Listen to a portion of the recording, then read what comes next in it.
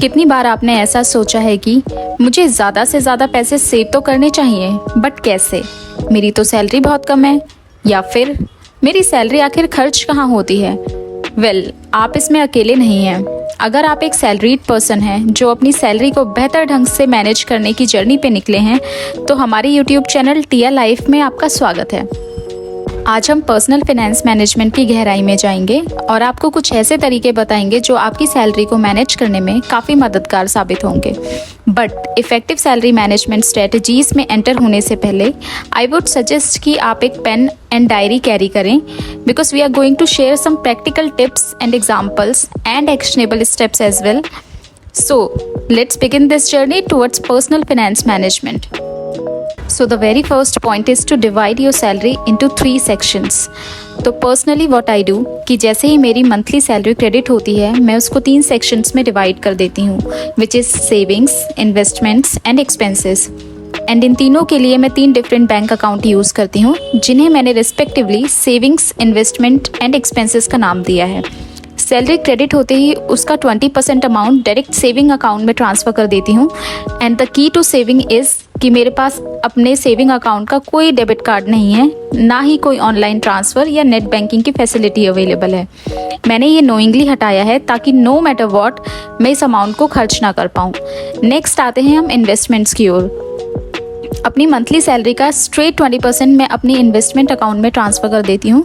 मैंने अपनी सभी इन्वेस्टमेंट पेमेंट्स जैसे SIP, LIC, म्यूचुअल फंड्स सभी को ऑटोमेट किया हुआ है एक फ़िक्स डेट पे, एंड ये पेमेंट्स उस फिक्स डेट पे ऑटोमेटिकली मेरे अकाउंट से डिडक्ट हो जाती हैं, एंड मुझे याद रखने के लिए कोई एफर्ट नहीं करना पड़ता।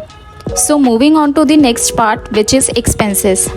अब इसमें एक ट्विस्ट है, मैंने एक और कैटेगरी ऐड करी हुई है other than savings, investment and expenses, which is emergency fund. So मैं अपनी सैलरी का 10% अमाउंट इमरजेंसी फ़ंड में ऐड करती हूँ, जिसके लिए मैंने एक रिकरिंग डिपॉजिट RD ओपन किया हुआ है। एंड इसके बाद जो अमाउंट बचता है विच इज़ अप्रॉक्स 50%, उसे मैं अपने एक्सपेंसेस के लिए यूज़ करती हूँ। अब आपको ये लगेगा कि एक्सप्लेनेशन तो काफ़ी थियोरेटिकल हो गया, बट क्या प्रैक्टिकली ये टेक्निक यूज़फुल भी हैं? तो मेरा आंसर है हाँ जी, बिल्कुल यूज़फुल है। आइए इसे एक एग्जाम्पल के थ्रू समझते हैं। मान लेते हैं मेरी सैलरी 31st या 30th को एवरी मंथ क्रेडिट होती है, एंड मेरा मंथली टेक होम सैलरी है 60,000 रुपीज़। इसका 20% अमाउंट मीन्स 12,000 मैं सेविंग्स अकाउंट में ट्रांसफ़र करती हूँ। Next 20% amount which is again 12,000, इसे मैं इन्वेस्टमेंट अकाउंट में ट्रांसफ़र करती हूँ। एंड अदर 10% विच इज़ 6,000, इसे मैं इमरजेंसी फंड्स में ट्रांसफ़र करती हूँ। टोटल कंबाइंड सेविंग्स हो गई मेरी 50%, मीन्स 30,000, एंड रिमेनिंग 50% मैं अपने मंथली एक्सपेंसेस में यूज़ करती हूँ। याद रहे कि जो परसेंटेज मैंने यहाँ पे ऑप्ट करी हैं वो मेरे करंट सिचुएशन एंड सर्कमस्टांसेस के अकॉर्डिंग है। आप अपने preference, responsibilities and current circumstances के अकॉर्डिंग परसेंटेज डिसाइड कर सकते हैं, या इसे कम या ज़्यादा भी कर सकते हैं। बट हर सेक्शन में मंथली बेसिस पे अमाउंट ऐड करना is important and must. Second point है माइंडफुल स्पेंडिंग, यानी अपनी मेहनत से अर्न किए हुए पैसों को सोच समझ कर खर्च करना। हमारे यहाँ एक कहावत है कि पैसे कमाना ज़्यादा मुश्किल नहीं है, बट उन पैसों को हिसाब से खर्च करना एंड बचाना काफ़ी मुश्किल है, and they are right also. But अगर आप ये पैसे बचाने की टेक्निक सीखना ही चाहते हैं, तो आई वुड सजेस्ट कि आप इसे अपने पेरेंट्स या ग्रैंड पेरेंट्स से सीखें। हमसे पिछली सारी जनरेशन्स पैसे बचा के रखने की कला में काफ़ी माहिर है। सैलरी या इनकम चाहे जितनी कम क्यों ना हो, हमारे पेरेंट्स उसमें से भी कुछ ना कुछ अमाउंट मंथली सेव कर लेते हैं। अपनी सैलरी को मैनेज करने का सबसे आसान तरीका ये है कि आपको पता हो कि आपकी सैलरी जा कहाँ रही है, या आप सबसे ज़्यादा अमाउंट खर्च कहाँ कर रहे हैं। अननेसेसरी स्पेंडिंग को ट्रैक करने का सबसे इम्पॉर्टेंट स्टेप है कि आप अपनी स्पेंडिंग हैबिट से अवेयर हों एंड नीड एंड वांट में डिफरेंस आइडेंटिफाई कर पाएँ। जैसे आप मेरा ही एग्जाम्पल देख लीजिए। पहले मुझे ट्रेंडिंग कपड़े खरीदने का बहुत शौक था। मैं सोशल मीडिया पे कपड़े देखती थी, फिर उन्हें कहीं से भी खरीद लेती थी। लेकिन जब मैं अपनी फाइनेंशियल मैनेजमेंट प्लानिंग की रिसर्च में थी एंड मल्टीपल बुक रीड कर रही थी, तब मुझे रियलाइज़ हुआ कि मैं तो इन कपड़ों को मुश्किल से 1-2 बार ही पहनती थी, क्योंकि ये मेरे डेली वेयर वार्डरोब में फिट ही नहीं होते। In the process I came across with a term also which is cost per use. Means आप जो भी प्रोडक्ट परचेस कर रहे हो उसे आप कितनी बार यूज़ करते हो एंड उसकी एवरी यूज़ की कॉस्ट क्या होगी।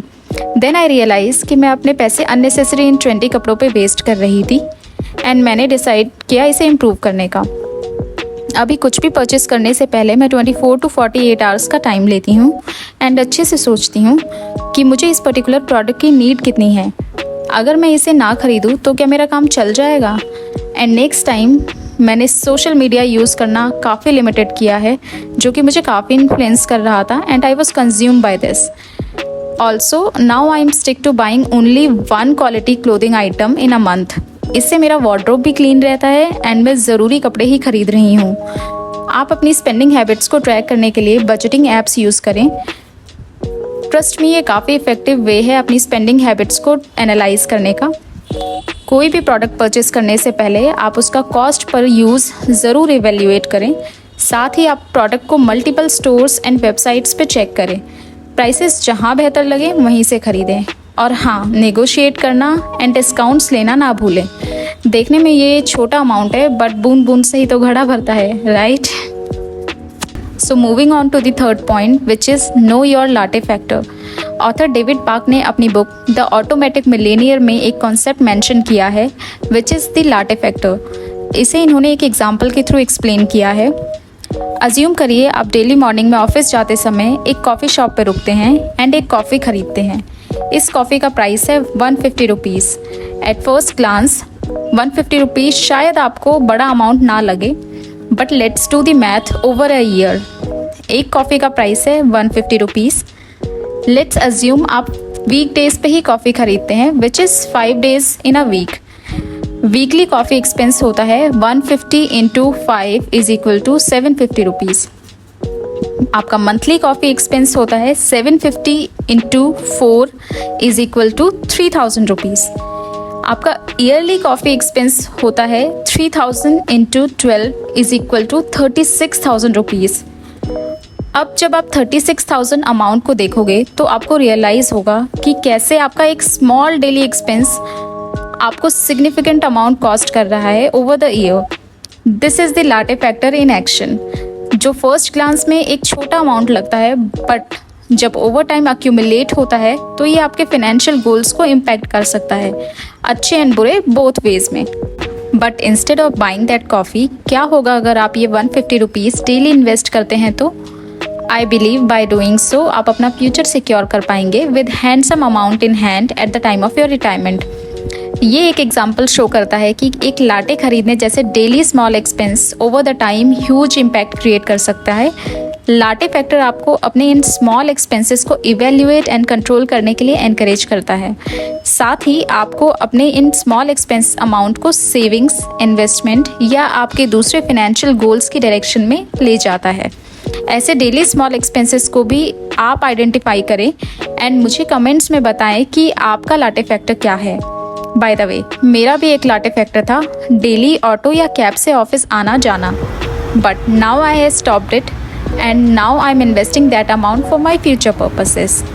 चाहे आप एक फुल टाइम प्रोफेशनल हो या सपनों के पीछे भागते एक स्टूडेंट या बस एक ऐसा पर्सन जो एक्स्ट्रा इनकम की तलाश में है, साइड हसल्स एंड फ्रीलांसिंग आपके ऑब्जेक्टिव्स को पूरा करने के लिए मल्टीपल अपॉर्चुनिटीज़ प्रोवाइड करता है।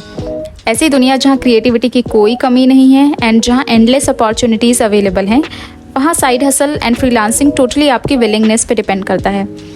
अब आपको शायद ये लगेगा कि side hustles and freelancing requires extra efforts and hard work. Then my dear, you are absolutely right. अगर आसान होता तो हर कोई ये करता एंड हर कोई फाइनेंशियली इंडिपेंडेंट भी होता। बट अगर आपके कुछ सपने हैं जिन्हें आप कम समय में अचीव करना चाहते हैं तो एक्स्ट्रा हार्ड वर्क करने में कोई बुराई नहीं है। आज के इस एडवांस दौर में आपको फिजिकली प्रेजेंट होकर काम करने की भी ज़रूरत नहीं है। देयर आर मल्टीपल वेज जिनसे आप घर बैठकर अपने लिए पैसिव इनकम जनरेट कर सकते हैं एंड अपने फिनांसेस बेटर कर सकते हैं। So the very first step is to identify your skills. ये जानना कि आप किस स्किल में अच्छे हो या आपका इंटरेस्ट किस चीज़ में है, अकॉर्डिंगली आप उस स्किल को इम्प्रूव करके उसके थ्रू अपनी पैसिव इनकम जनरेट कर सकते हैं। Let's take an example. मान लेते हैं कि आप माइक्रोसॉफ्ट एक्सेल में एक्सपर्ट हैं। देन आप उसका एक कोर्स बना के ऑनलाइन एजुकेशन पोर्टल्स पे ऐड कर सकते हैं and every time when someone will buy your course you will get paid. या अगर आपकी कुकिंग स्किल्स अच्छी हैं तो आप कुकिंग का यूट्यूब चैनल क्रिएट कर सकते हैं एंड अपनी रेसिपीज़ एंड टिप्स वहाँ शेयर करके वहाँ से भी पैसिव इनकम जनरेट कर सकते हैं। And my dears, ways are endless, just endless. It is you who have to start at some point and be ready to do that hard work because it is worth it. Lastly, as a salaried employee, please participate in your employer's employee wellness programs. Employee wellness programs का intention आपकी future को secure करना है, that too on half of your cost. कुछ employ wellness programmes मैं आपको यहाँ पे एक्सप्लेन कर देती हूँ ताकि आपकी अंडरस्टैंडिंग इस टॉपिक पे और स्ट्रांग हो जाए। First is PF which means provident funds. अगर आप PF मेंबर हैं तो वेल एंड गुड, बट अगर आप PF मेंबर नहीं हैं तो आज ही खुद को as a PF member enroll कीजिए। As per current PF policy इसमें आपकी साइड का कंट्रीब्यूशन 1800 का होता है and on top of it आपके एम्प्लॉयर भी इसमें 1800 ऐड करते हैं। As per 2023 PF policy PF withdrawal के टाइम पे आपको आपके टोटल अमाउंट पे 8.15% का इंटरेस्ट भी मिलता है। एंड शायद आप में से कुछ ही लोग ये जानते होंगे कि अगर एक एक्टिव PF मेंबर का सडन डिमाइस हो जाता है तो उस पर्सन के लीगल नॉमिनी को अप टू 7 लाख तक का इंश्योरेंस क्लेम मिलता है, विच मीन्स इंश्योरेंस का कोई भी अमाउंट पे किए बिना आप अप टू 7 लाख तक के लाइफ इंश्योरेंस में कवर हो जाते हैं just by being a PF member.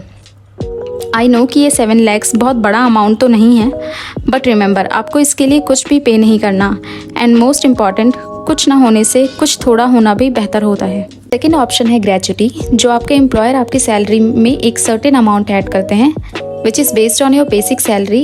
And अगर आप किसी एम्प्लॉयर के पास 5 साल या उससे ज़्यादा अवधि तक काम करते हैं तो आप ये ग्रेच्युटी अमाउंट क्लेम कर सकते हैं। ग्रेच्युटी अमाउंट कंपनी से रिज़ाइन करने के बाद आपको आपके फुल एंड फाइनल सेटलमेंट के साथ ही मिलता है। ऑप्शन है corporate medical health insurance policy. Guys, this one is very important. Corporate medical health insurance के एंडलेस बेनिफिट्स हैं एंड इसमें आपके कंट्रीब्यूशन के साथ साथ आपके एम्प्लॉयर का भी कुछ अमाउंट कंट्रीब्यूट करता है। कॉर्पोरेट मेडिक्लेम का disbursement and settlement process normal mediclaim process से काफ़ी इजी होता है। ध्यान रहे कि कॉर्पोरेट मेडिकल पॉलिसी अभी गवर्नमेंट के थ्रू मैंडेट नहीं है and company to company vary करती है, but I would again suggest कि आपकी कंपनी के एम्प्लॉय वेलनेस प्रोग्राम की बेटर क्लैरिटी के लिए एक बार अपने HR से कंसल्ट करें एंड जल्दी खुद को इन प्रोग्राम्स में रजिस्टर करें। तो दोस्तों, ये थे कुछ इफेक्टिव तरीके जिससे आप अपनी सैलरी को अच्छे से मैनेज कर सकते हैं एंड अपने फिनांसेस को उनकी मैक्स कैपेसिटी पे यूटिलाइज भी कर सकते हैं। आप मुझे कमेंट्स में बताएं कि आप नेक्स्ट वीडियो किस टॉपिक पे देखना चाहते हैं एंड मुझे आपके कमेंट्स का इंतज़ार रहेगा।